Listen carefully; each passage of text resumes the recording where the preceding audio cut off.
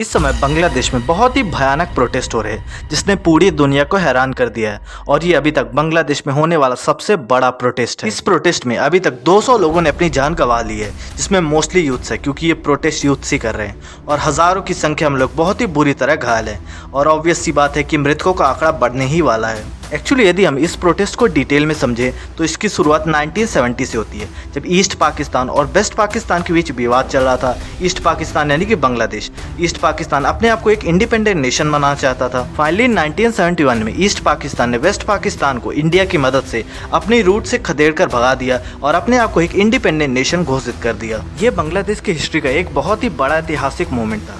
इसीलिए जो freedom fighters ने इस वॉर में फाइट लड़ी थी उनके लिए देश में इज्जत बहुत ज़्यादा बढ़ गई।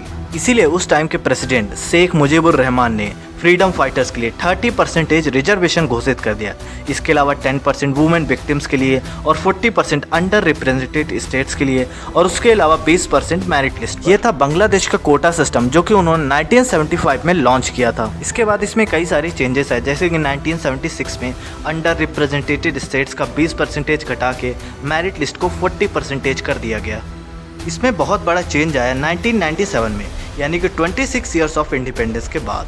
इसमें अनाउंस किया गया कि फ्रीडम फाइटर्स के चिल्ड्रंस को भी 30% रिजर्वेशन में इंक्लूड किया जाएगा। इसके बाद 2008 में एक बहुत बड़ा चेंज आया जब अकबर अली खान जो कि एक फ्रीडम फाइटर थे, उनकी सरकार से डिमांड थी कि इस 30% रिजर्वेशन में फ्रीडम फाइटर्स के ग्रैंड चिल्ड्रन को भी इंक्लूड करना चाहिए और यहीं से नॉन फ्रीडम फाइटर और फ्रीडम फाइटर्स के बीच देश में विवाद होने लगा। इसके बाद नॉन फ्रीडम फाइटर सरकार से इस कोटा सिस्टम को हटाने की अपील करने लगे और फाइनली लगातार अपील करने के बाद 2018 में गवर्नमेंट ने फ्रीडम फाइटर्स के ग्रैंड चिल्ड्रन वाला कोटा सिस्टम रिमूव कर दिया और इसके बाद 5 जून 2024 को गवर्नमेंट ने इस कोटा सिस्टम को फिर से इशू कर दिया, जिसके बाद से दंगे फसाद फिर से शुरू हो गए। लेकिन इस प्रोटेस्ट की सबसे बड़ी हाईलाइट ये रही कि वहाँ की जो पीएम थी, पीएम शेख हसीना, उन्होंने प्रोटेस्टर्स के खिलाफ खुलकर विरोध किया यानी कि नॉन फ्रीडम फाइटर्स के खिलाफ। उन्होंने ये तक कह दिया कि फ्रीडम फाइटर्स के ग्रैंड चिल्ड्रन को रिजर्वेशन नहीं मिलेगी, क्या रजाकर्स के ग्रैंड चिल्ड्रन को रिजर्वेशन मिलेगी।